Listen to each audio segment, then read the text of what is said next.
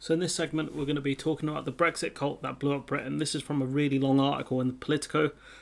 So you might want to have a cup of tea for this one, or coffee, or whatever drink of choice. It's going to be a long one. Sorry if you can hear the rain in the background. There's currently a storm going on. But yeah, the Brexit cult that blew up Britain. So for a small but vocal band of right-wing libertarians, Liz Truss's appointment as UK Prime Minister on September the 6th seemed triumphant endpoint of an epic and improbable march that led them from the fringe of British politics to Whitehall's grandest corridors of power. They're talking mainly about the ERG here. I'm not sure if there are any other major libertarian factions in the Tory party in the end. They dictated the end of May and gave Truss a shot to become PM. This was a large voting bloc that used their power to try and force prime ministers into certain directions. In the course of just over a decade, a group of little-known politicians, fringe think tanks, and outspoken media figures have helped to drag the Tory party and the nation it led from David Cameron's vision of a so-called compassionate conservatism hugging huskies, and all to a Brexit-backing, free market-embracing, low-tax juggernaut. Compassionate conservatism, in my opinion, is a joke, but the change from what Cameron was like to what the Tory party is now is crazy. Cameron wanted lower taxes, privatisation and big society for charities to step in so the state doesn't have to. Essentially more food banks, that type of stuff. But what the ERG is, it wants is this stuff on steroids. They to have the state so weak that it would not intervene in things like environmental disasters. This is not redemption bit for Cameron. I really hate that guy, but it's the transformation of the party, similar to when Trump took over the GOP. They turned dog whistles into foghorns, and you can see how much the UKIP type people have radicalised the Tory party in a sense. It took them 4 Tory prime ministers, 4 general elections, and an era-defining referendum to do it. But with Truss in charge, they were finally living their dreams. The country was to be remade in their image. Britannia Unchained. That's what they wanted. It lasted 44 chaotic days and no more. Plus, for 10 of those days, there was a period of mourning for the Queen when nothing much happened. So realistically, it was 33 days when you think about it.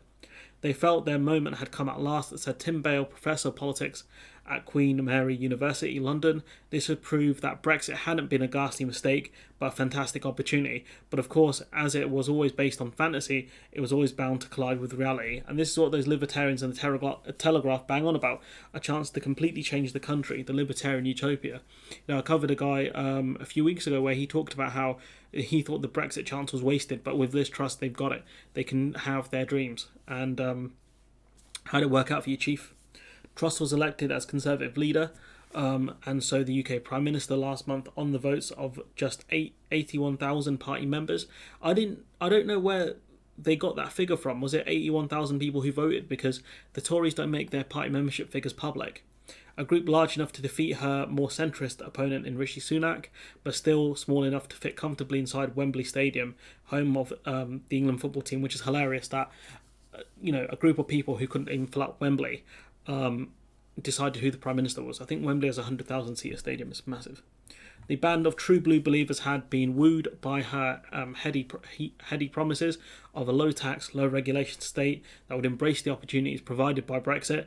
But as soon as the PM started to put her promises into action via the mini-budget on the 23rd of September, which included tens of billion pounds in unfunded tax cuts, that's really important, alongside a massive energy subsidy scheme, which the energy subsidy scheme wasn't the thing that spooked the markets, in my opinion.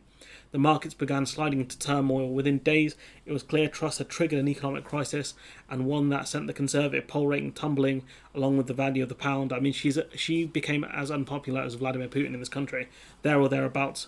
Her MPs facing electoral oblivion were terrified. There are polls saying that there will be, less than 10 Tory MPs returned if there was an election, which I don't know how credible those polls are, but it's pretty harrowing nonetheless. In the weeks that followed, Truss was forced to sack Kwasi Kwarteng as Chancellor and U-turn on most of the economic programme. She gave Jeremy Hunt a lot of power. This was in a desperate bid to stabilise the market. This week, her Home Secretary Braverman followed Kwarteng out the door. Her MPs became mutinous, some publicly demanding her head. Support rapidly drained away. On Thursday morning, after a disastrous attempt to force her MPs to vote against their own manifesto pledge not to restart fracking projects around the UK, she accepted the game was up. And that was madness. How much has happened in the space of around 2 months? Madness. The space of a week, you had this Tory rebellion of Tory MPs being extremely angry about having to being forced to break their own manifesto pledge. It's wild. Truss's disastrous 6 weeks in power were an abject humiliation for the Prime Minister herself, of course, but also for the libertarian right of the Conservative movement that had fought its corner for years, which is true that, they lost big, or as Trump would say, bigly. They lost massively. Their whole thing is just dead. They tried to implement these policies of tax cuts and deregulation and all this stuff. The tax cuts alone were enough to sink them. Winners and losers. I'm pretty distraught about it, said Mark Littlewood, Director General of the Institute of Economic Affairs, the IEA, one of the right-wing Westminster think tanks that inspired the Truss agenda. He, like most of the interviewees for this article, was speaking after the abandonment of Truss's economic programme, but before she finally resigned, so effectively when Jeremy Hunt was put in. It did actually appear as if we had a new government that, in very broad terms, shared the IEA analysis of the problems with our economy and it not being market orientated enough. The irony is, Truss definitely was not being market orientated. They looked at the mini budget and ran, tanking the currency and pension funds. Had the Bank of England not stepped in, things would have spiraled much worse. The irony, isn't it, that they wanted a market orientated government, but then the markets were like, nah bro, we out. Truss botched the political execution rather than the economic thinking, which is what they're going to cling on to. They're going to say their ideas are sound, it's just the execution, the narrative wasn't there. She didn't set the stage effectively. That's what they'll argue, but at the end of the day, what he does not explain is that Truss should have set the groundwork. Think tanks like the IEA have been on TV for decades, on panel shows trying to condition the country, in the papers as well, yet they and Truss have failed. Britannia was enchained only to get smited by the market, got more chance of fighting the god of war than the market, because they'll just dip. Indeed, conservative libertarians explain the Truss debacle in various ways. She was not clear enough about what she was doing and the reasons for it. She was genuinely unclear. She made the announcements in the wrong sequence. She refused to match the tax cuts with spending restraint. She failed to produce independent proof that her plans would work. The problem is the OBR didn't back it. The OBR was saying, based on some of the reports I'd read at the time, that there was a 60 to 70 billion pound hole in the budget. This idea that there was going to be any independent proof to support the work, apart from Patrick Minford, he's the only guy you probably could have wheeled out to support it. There was no one else. And, let's continue to break this down. His saying Liz Truss should have been more clear. They were clear they were going to cut taxes and fund that via borrowing. Her refusing to do spending cuts, those cuts would have gone down with the public very badly because there's not much to cut. That's why they keep playing footsie with the triple lock for pensions. What exactly did this guy want her to cut? And given that they were talking around £40 billion worth of tax cuts, where were they going to be able to cut that much from spending? I just don't understand this guy. Where were they meant to find this, around that £40 billion mark for spending cuts? I don't know. The position we're now in is that these reforms basically have not been tried. Littlewood insisted her attempts to implement change were too hurried, too rushed, not thought through, naive in some regard, and yet she was listening to people like this guy, so the fault should be on people like this person who advised Liz Truss. Also the fact that they did try these sorts of tax cuts. Thatcher and Reagan both did. Short term you can get a kick because of selling off national assets via privatisation, but the tax cuts for the rich don't boost the economy. George Bush Sr. even called it voodoo economics. It just does not work. We all know this. He had Nigel Farage, was another right-wing libertarian who had been advocating for low tax, small state ideals for decades. Nigel celebrated the budget, then 2 weeks later attacked it. What a guy. I think, going back to the article, I was hoping that Kwarteng's budget would mark a significant for, Farage said, that now appears to be dead, and I would have thought dead for a very long time. That people in the Conservative Party that I talk to who think on my wavelength have pretty much given up. Which is hilarious that they've given up so easily on these ideas, and I'm glad they have done because it doesn't work.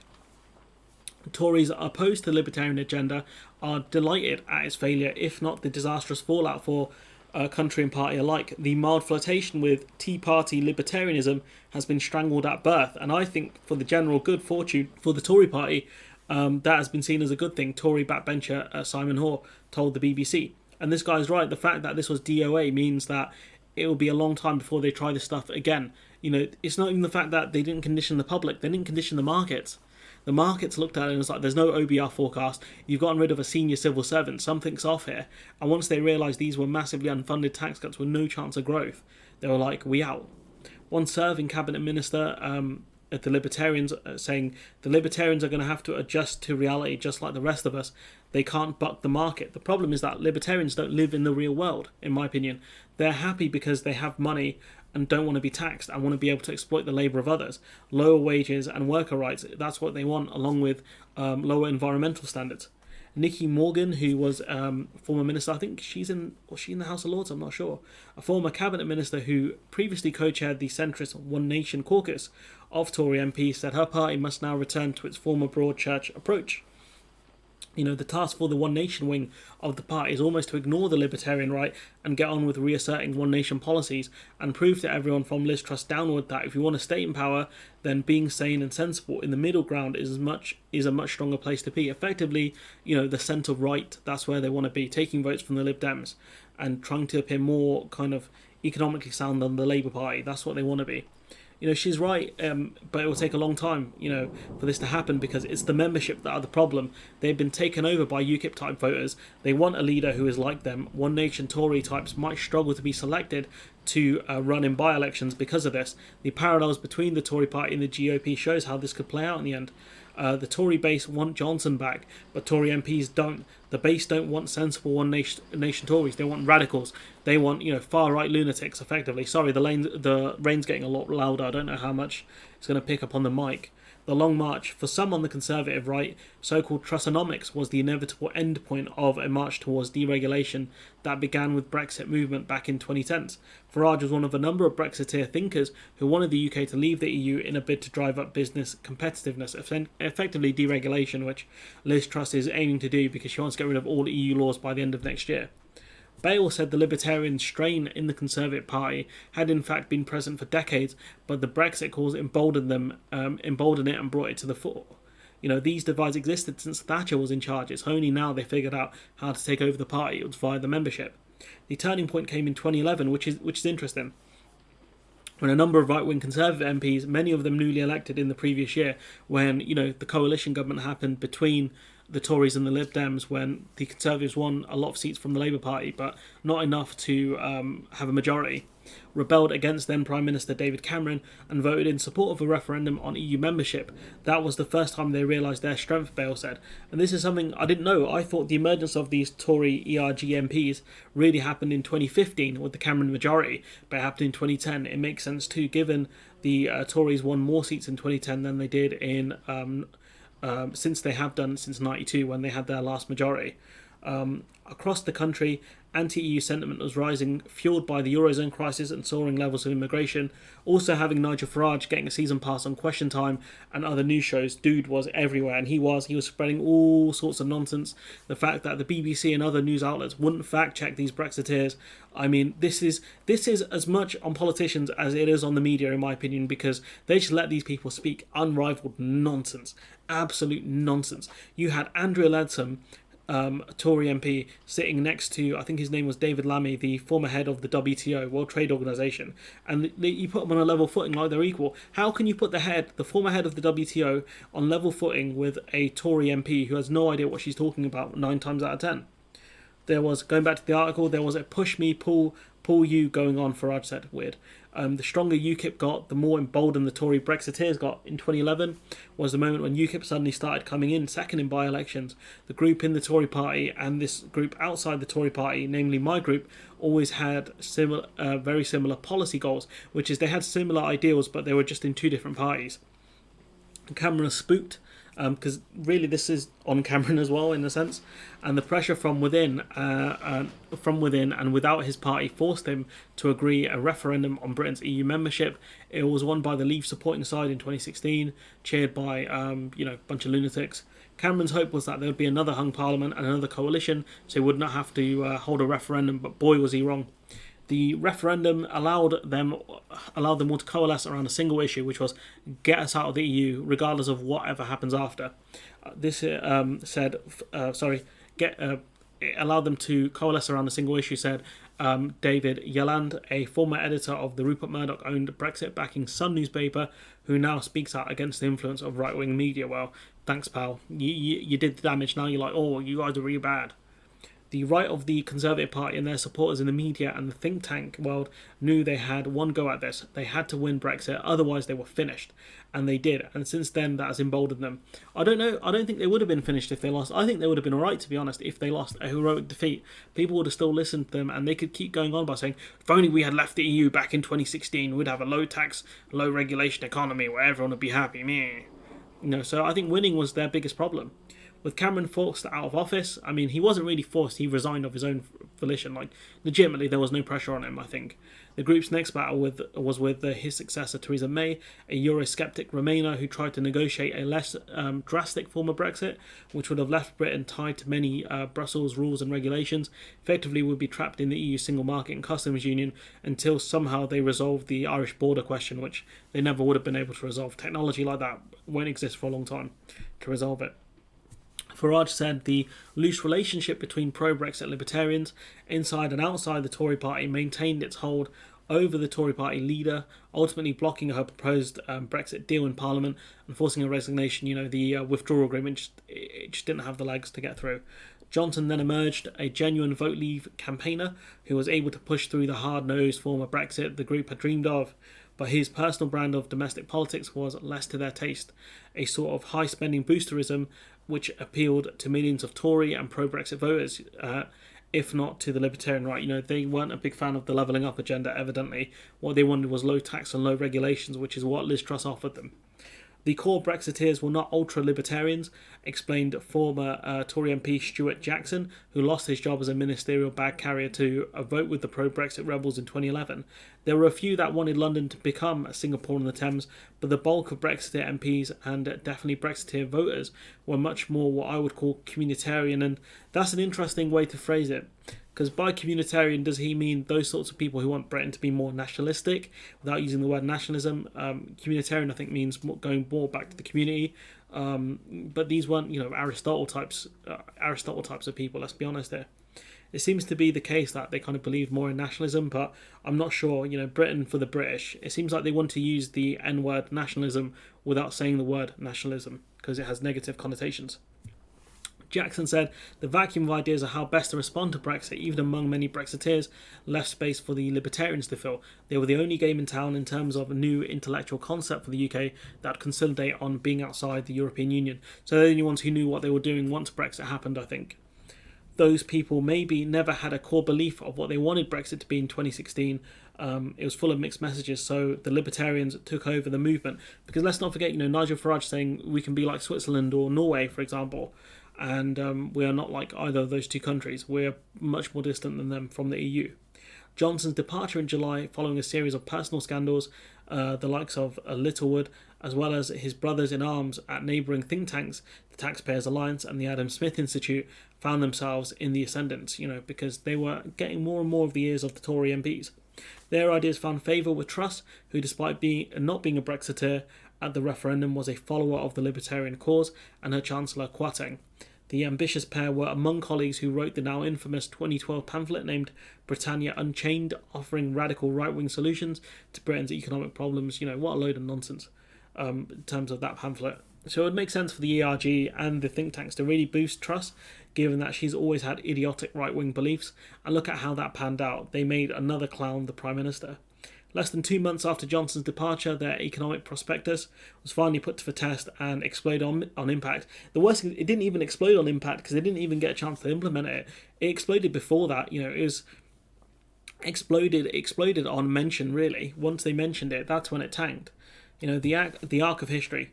As Truss and Kwarteng look back on the ashes of their brief Downing Street careers, it looks like someone hit it with a Matarasu, let's be honest.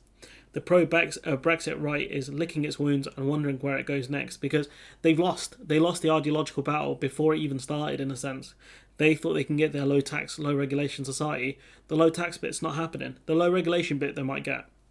Shankar Singham, another libertarian thinker who is close to Truss and the IEA, insisted it was too soon to tell whether the low tax, ultra competition agenda is too damaged by the Trussonomics experiment to resurface in the near future. It's a very febrile atmosphere and things have to settle down, he said. There's a big arc of history here and Truss's mini budget does not suddenly transform the arc of history. I think he's saying that effectively that they can still kind of loop around back to this. Littlewood insists there will be another chance to implement libertarian policies in less than a decade, given the structural economic problems Britain faces. I think it will take more than a decade. If you think about when these kind of ideas were first put in place under Thatcher, that was in the 80s, and you could argue the 90s. It's been 23 years, something around there, since those kind of ideas were allowed kind of into the mainstream of British politics. Littlewood goes on to say, had this mini budget gone as smoothly as I had imagined in my dreams, rather than as badly as it had gone in my living nightmare, I think we could have got quite a lot of this done now. He said, unfortunately, a large amount of it is off the table now, but I think it will have to be returned to. And I think the irony is that, these guys genuinely believe these ideas, right, of low tax, low regulations, all this stuff. But what they didn't realise is other people don't, because this stuff's idiocy. This stuff's absolutely stupid. And, try as they might, they didn't condition people enough to really push these beliefs. And it's just ridiculous how badly they failed. How did they think this was going to go? That's the thing I don't get. Brexiteers of a different persuasion, of which there are many, are hoping for an urgent change in direction, however. But what direction are they hoping to go in?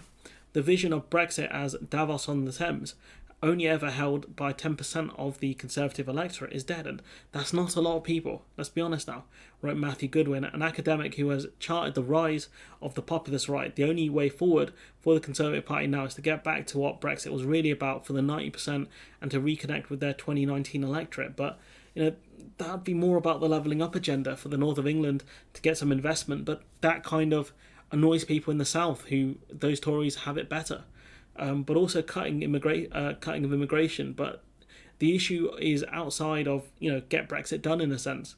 There was not much in the 2019 manifesto above levelling up and get Brexit done. They're failing on their other goals of recruiting GPs. If we have a look at this, they're saying extra funding for the NHS, don't say how much, with 50,000 more nurses and 50 million more GP surgery appointments a year. That's not going to happen. They're not going to reach that goal of recruiting that many nurses, and more GPs are retiring, so getting those GP appointments is not going to happen. 20,000 more police and tougher sentencing on crime, that's not going to happen, or it might happen depending on how many police officers they'll get, but it won't replace the net amount that we've lost over the last 12 years. An Australian-style points-based system. They've actually done this one because we had a points-based system for non-EU immigration. Millions more invested every week in science, schools, apprenticeships, infrastructure, while controlling debt. That's not going to happen. There might be more cuts to these services, schools and hospitals. And regarding science, we're at the Horizon program, so that's not going to work. Reaching net zero. Truss wanted to implement fracking, so this one's dead. We will not raise the rate of income tax. That one's already dead. So again, these things, they're not going to get back to their manifesto pledges because they just can't. It's not going to work. The things they promised economically, it will be difficult to do now given the state of the economy. And in terms of recruiting numbers in healthcare service and the police, that's not going to happen. But Bale of the Queen Mary University believes the libertarian strain among the Conservatives will forever lurk beneath the surface, insisting their radical solutions to the nation's ills have not been properly tried. And that's what I'm saying. They'll always remain in the party. They won't be as prominent as before. If Truss was there, if Truss was there to destroy the party, the Tory party, she did a lot more than that. She killed libertarianism in the UK too. They can keep arguing about the stab in the back theory that, the reason why this didn't work is because Liz Truss didn't set the stage properly, and that's why the markets were spooked, because they didn't understand why we were doing this great thing in all these tax cuts, etc. Trying to make out like they were onto this glorious thing that they just could not do. But at the end of the day, as Bale puts it, and we'll kind of end with this, when the spaceship doesn't arrive, he said, the cultists simply say, we got the date wrong, and that it will be coming in 2 years' time, the spaceship. So, you can't really argue with that, because that's what cultists are like. But anyways, let me know what you think in the comments below. It's been a longer video, but it's a very long-form article in Politico, which I thought was worth covering for many different reasons. But let me know what you think in the comments below. Like, comment, share, subscribe, support the channel on Patreon if you can, and hopefully I'll see you in the next one.